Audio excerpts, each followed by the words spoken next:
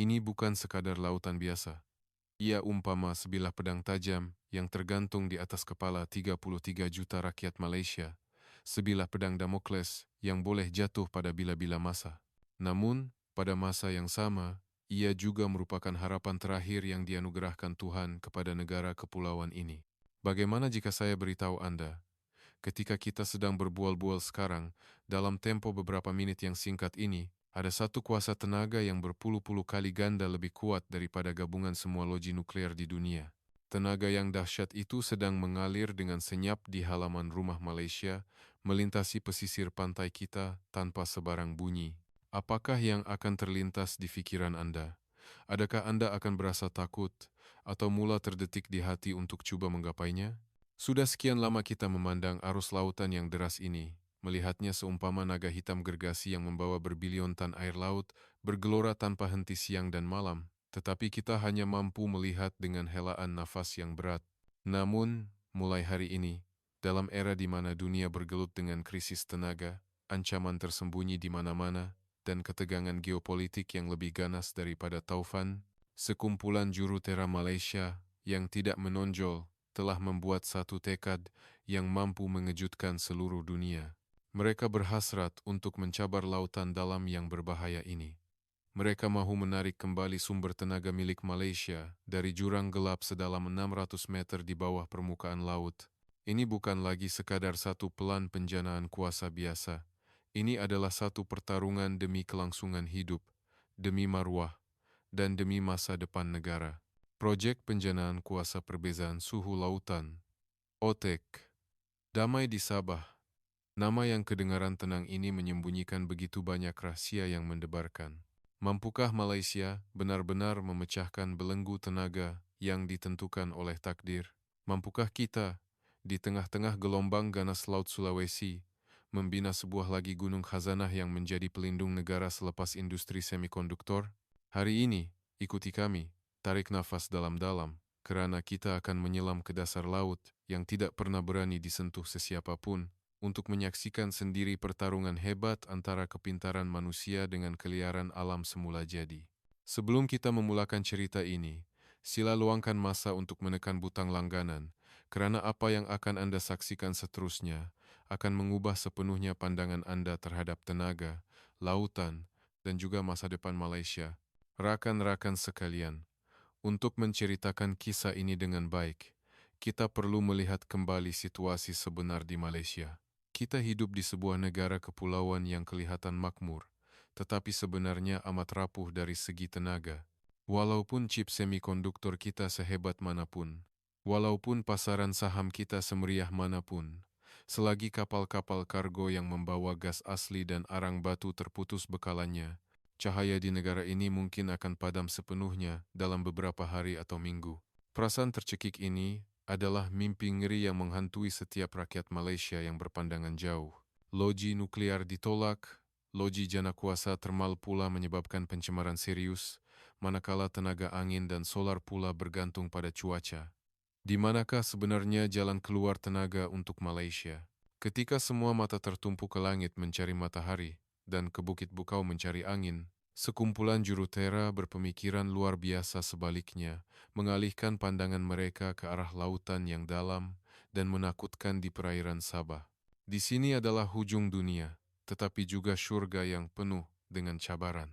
Hanya beberapa kilometer dari pesisir pantai Sabah, dasar laut menjunam secara tiba-tiba sehingga ribuan meter, seolah-olah dibelah oleh kapak gergasi.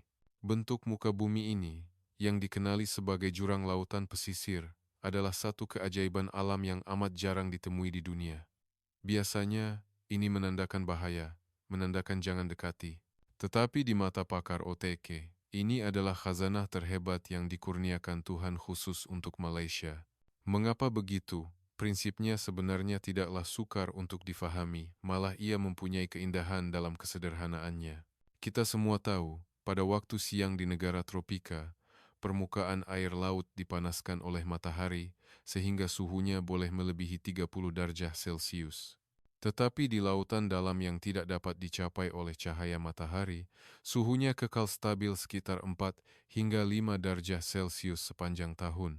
Perbezaan suhu lebih 20 derajat inilah yang merupakan kuasa, yang merupakan tenaga elektrik. Selagi kita boleh menyatukan kedua-dua jisim air ini, berdasarkan prinsip kitaran terma, kita boleh menjana elektrik secara berterusan. Dan perlu diingat, ini bukan sekadar elektrik.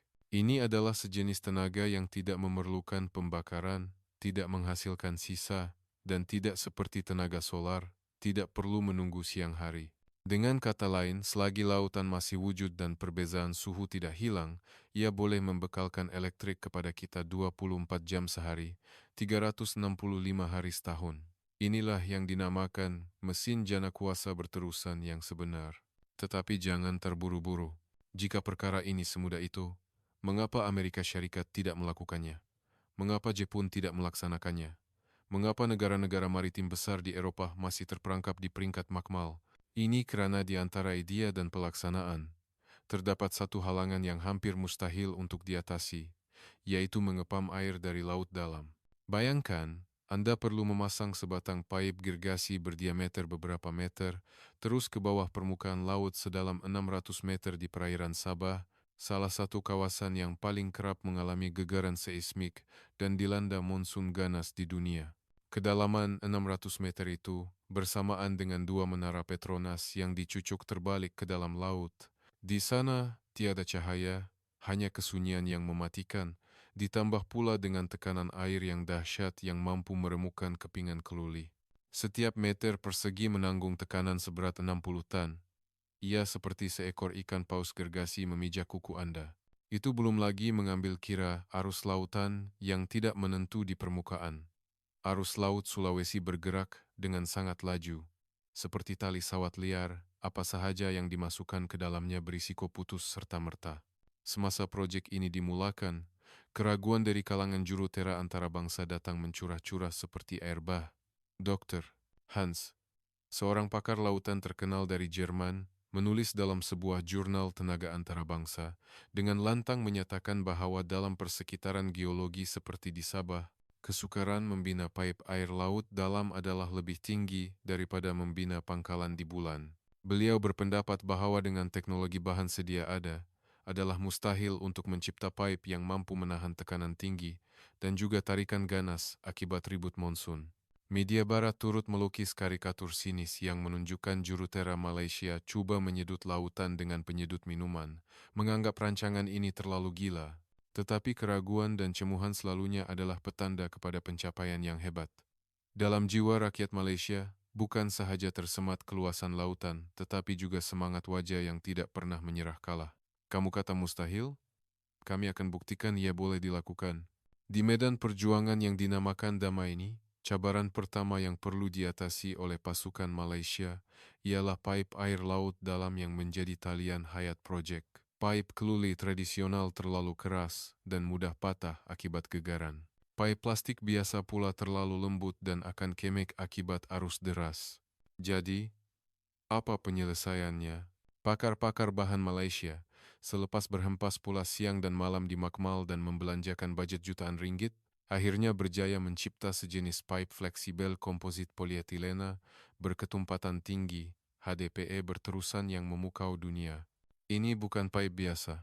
Ia lebih menyerupai seekor ular laut gergasi yang hidup. Dinding pipe-nya direka dengan struktur gentian yang diilhamkan daripada otot, memberikannya kekuatan menahan tekanan seperti keluli, tetapi pada masa yang sama mempunyai tahap kelenturan yang sangat tinggi. Walaupun berlaku gempa bumi 7 skala Richter di dasar laut, atau dilanda arus deras yang jarang berlaku, ular gergasi ini mampu mengikut alunan air laut, menggunakan kelembutan untuk mengatasi kekerasan dan meredakan hentaman yang kuat. Untuk memasang pipe ini, pasukan jurutera mencipta kaedah penggantungan dinamik berbentuk S, membolehkan pipe itu terapung secara seimbang di dalam air laut, umpama seorang mahaguru silat yang tidak berlawan secara keras dengan lautan, sebaliknya menggunakan daya lawan untuk menstabilkan diri. Namun, ini hanyalah permulaan. Di dalam lautan terdapat satu lagi pengacau yang tidak kelihatan, biolekat, teritip, alga, dan organisme kecil lain, walaupun kelihatan tidak berbahaya, sebaik sahaja melekat pada pipe, ia akan merebak seperti virus, menyumbat saluran, meningkatkan geseran, malah menghakis peralatan. Ini adalah masalah lapuk yang telah membelenggu kejuruteraan marin global selama beratus-ratus tahun. Untuk mengatasinya, pasukan Malaysia tidak memilih cat anti karat beracun karena kita mau memelihara kebersihan lautan ini. Sebaliknya, mereka belajar daripada alam semula jadi. Diilhamkan oleh kulit ikan jerung, mereka mencipta sejenis salutan bionik berskala nano. Permukaannya dipenuhi dengan corak halus yang tidak dapat dilihat oleh mata kasar. Corak ini menghalang bakteria dan organisme kecil daripada melekat, sama seperti daun keladi yang tidak basah oleh air, mencapai kebersihan total secara fisikal.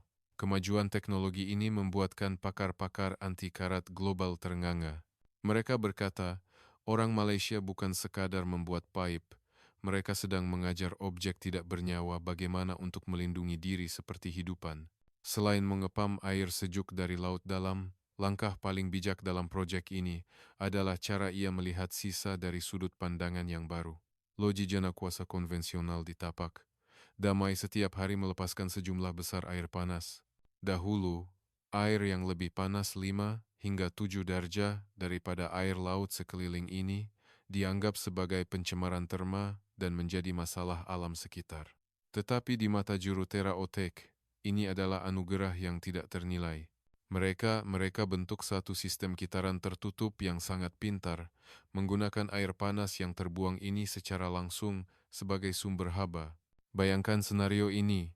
Di satu sisi, air sejuk berais bersuhu 4 darjah yang dipam dari jurang 600 meter. Di sisi lain, air panas bersuhu lebih 30 darjah yang dikeluarkan oleh loji jana kuasa. Kedua-dua aliran air ini bertemu di dalam penukar haba. Walaupun tidak bercampur secara langsung, pemindahan haba berlaku dalam sekelip mata. Cecair perantara, biasanya cecair mesra alam dengan takat didih rendah seperti amonia, akan serta-merta mendidih dan menjadi gas di bawah kejutan panas sejuk ini.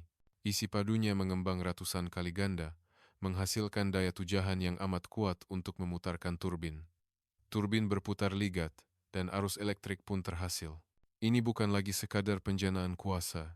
Ini adalah kebijaksanaan manusia yang mengarahkan dua kuasa, panas dan sejuk, untuk menari bersama. Reka bentuk ini bukan sahaja menyelesaikan masalah pencemaran haba loji jana kuasa, malah meningkatkan kecekapan otak sebanyak 30%. Dalam dunia tenaga, ini adalah satu keajaiban yang menukar sisa menjadi harta. Pemeriksa dari Agensi Tenaga Antarabangsa, selepas meninjau tapak proyek, menulis dalam laporannya, idea dari Malaysia ini telah membuka jalan baharu bagi puluhan ribu loji jana kuasa pesisir pantai di seluruh dunia. Ini adalah contoh terbaik ekonomi kitaran. Sudah tentu, kehebatan proyek ini bukan sahaja terletak pada teknologinya, tetapi juga pada gelombang ekonomi yang dicetuskannya. Anda pikir pipe ini hanya mengepam air untuk menjana elektrik? Sama sekali tidak. Apa yang dipam keluar itu adalah emas cair. Air yang ditarik dari kedalaman 600 meter ini telah tidur di dasar bumi selama ribuan tahun. Ia bersih, bebas kuman, dan mengandungi puluhan mineral nadir seperti magnesium, kalsium, dan kalium. Selepas digunakan untuk menjana elektrik, ia masih mengekalkan suhu rendah dan ketulenannya. Bagi usahawan Malaysia yang bijak, ini adalah peluang perniagaan bernilai berbilion ringgit. Ia boleh digunakan untuk menghasilkan air minuman botol premium yang setanding harganya dengan jenama antarabangsa. Ia boleh digunakan untuk menternak hidupan laut air sejuk yang paling cerewet seperti tuna sirip biru atau abalon berkualiti tinggi, kerana airnya sangat bersih, tidak perlu menggunakan sebarang ubat. Ia juga boleh digunakan dalam bidang pertanian. Di negara yang panas ini, saluran pipe air laut bersuhu rendah boleh digunakan untuk menyejukkan rumah hijau, membolehkan penanaman buah-buahan seperti stroberi dan ceri yang biasanya hanya tumbuh di kawasan beriklim sejuk. Malah dalam industri kecantikan dan penjagaan kulit, ekstrak dari air laut dalam dengan formula mineral unik dan keupayaan penyerapan yang tinggi telah menjadi bahan mentah yang direbut oleh jenama-jenama besar antarabangsa. Malaysia sedang membina satu rantaian ekonomi biru yang besar, merangkumi tenaga, makanan, pertanian dan gaya hidup. Semuanya berpusat pada sebatang pipe ini. Ketika negara lain bersaing sengit dalam industri chip nano, Malaysia secara senyap telah menanam pokok duit masa depan di lautan dalam. Namun, jalan menuju kejayaan santiasa penuh dengan halangan. Pengorbanan yang dilakukan oleh jurutera Malaysia dalam proses ini tidak dapat dibayangkan oleh orang luar. Bekerja di tengah-tengah badai Laut Sulawesi, setiap kali turun ke tapak kerja adalah seperti berjalan di atas garisan antara hidup dan mati. Saya pernah mendengar satu cerita. Ketua jurutera projek, seorang veteran berusia awal 60-an, demi memeriksa kestabilan pipe semasa musim monsun, berkeras untuk berjaga di atas pelantar yang bergegar kuat selama 3 hari 3 malam tanpa berganjak. Apabila jurutera muda menasihatinya untuk berundur, beliau menuding ke arah pipe itu dan berkata, "Ini macam anak kita yang baru lahir. Bolehkah seorang ibu meninggalkannya sendirian dalam ribut yang paling ganas?" Semangat kental yang tidak takut mati inilah, serta rasa tanggung jawab untuk memikul beban negara di bahu yang telah mengubah sesuatu yang mustahil menjadi kenyataan. Mungkin ada yang akan berpikir, adakah semua pengorbanan ini berbaloi? Dalam zaman yang mementingkan pulangan ini, adakah proyek dengan pelaburan awal yang begitu besar dan risiko yang begitu tinggi ini agak merugikan? Rakan-rakan, kiraannya bukan begitu. Apabila Anda duduk di meja rundingan geopolitik, tenaga bukan lagi sekadar komoditi. Ia adalah benteng pertahanan, ia adalah senjata, ia adalah keyakinan. Jika suatu hari nanti, sekatan dari luar benar-benar berlaku, kapal tidak dapat masuk, bekalan gas asli terputus, pipe dari dasar laut dalam ini, sistem yang bergantung sepenuhnya pada sumber daya Malaysia sendiri, akan menjadi satu-satunya cahaya kita di dalam kegelapan. Ia bukan sekadar jana kuasa, ia adalah kubu tenaga Malaysia. Ia adalah sauh yang menstabilkan kita di tengah-tengah gelombang besar. Lebih-lebih lagi, kejayaan teknologi ini akan mengubah Malaysia dari pembeli tenaga menjadi penjual tenaga lautan global. Kini, negara-negara seperti Filipina, Indonesia, malah negara-negara kepulauan Pasifik amat berminat dengan sistem ini. Mereka juga mempunyai perbezaan suhu lautan, mereka juga mempunyai laut dalam. Teknologi Malaysia boleh menjadi obor yang akan menerangi lautan Pasifik. Ini bukan sahaja menjana pendapatan. Ini adalah kad diplomasi yang tidak kelihatan. Satu peningkatan kuasa lunak yang luar biasa. Dengan kejayaan fasa demonstrasi pertama, setiap data yang terpapar seolah-olah menjerit kepada dunia, Malaysia telah berjaya. Kartun-kartun yang pernah mempersendakan kita kini kelihatan begitu menggelikan. Pakar-pakar yang pernah berkata mustahil kini beratur untuk datang menimba ilmu di Sabah.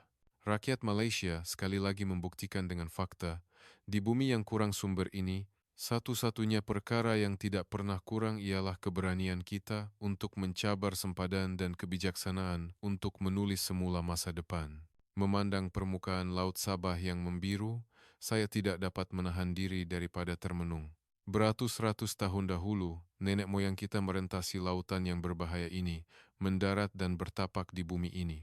Beratus-ratus tahun kemudian, jurutera kita kembali ke lautan, menggunakan teknologi paling canggih untuk meminta rahasia kelangsungan hidup dari lautan. Ini adalah satu kitaran, dan juga satu peningkatan. Paip-paip yang menjunam ke laut dalam ini, umpama talian hayat umbilikal yang menghubungkan masa kini dengan masa depan. Ia mengingatkan kita bahwa penaklukan yang sebenar bukanlah melalui rampasan, tetapi melalui kerjasama. Sambil kita mendapatkan tenaga, kita juga belajar untuk menghormati alam, belajar bagaimana untuk menggunakan setiap anugerah yang diberikan oleh alam dengan sebaiknya. Perjalanan di hadapan masih panjang. Projek Otek Damai Sabah mungkin hanyalah satu permulaan. Mungkin tidak lama lagi, kita akan melihat lebih banyak ular laut gergasi di perairan Malaysia. Kita akan melihat pulau-pulau tenaga terapung bertaburan seperti mutiara di lautan Pasifik. Pada masa itu, kita tidak perlu lagi risau tentang bekalan elektrik terputus, tidak perlu lagi bergantung pada ihsan orang lain, karena kekuatan kita datang dari lautan di bawah kaki kita yang tidak pernah berhenti bergelora. Ini bukan hanya kisah tentang Sabah, ini adalah kisah tentang Malaysia. Ia adalah kisah setiap insan yang tidak mahu tunduk kepada nasib dan berani bersemuka dengan takdir. Dalam dunia yang penuh dengan ketidakpastian ini, ada satu perkara yang pasti, Selagi semangat juang rakyat Malaysia masih membara, selagi keberanian untuk meneroka lautan biru masih ada, tiada badai yang mampu menenggelamkan bahtera ini. Kita bukan sekadar menjana elektrik, kita sedang menyimpan harapan yang tidak terhingga untuk generasi akan datang.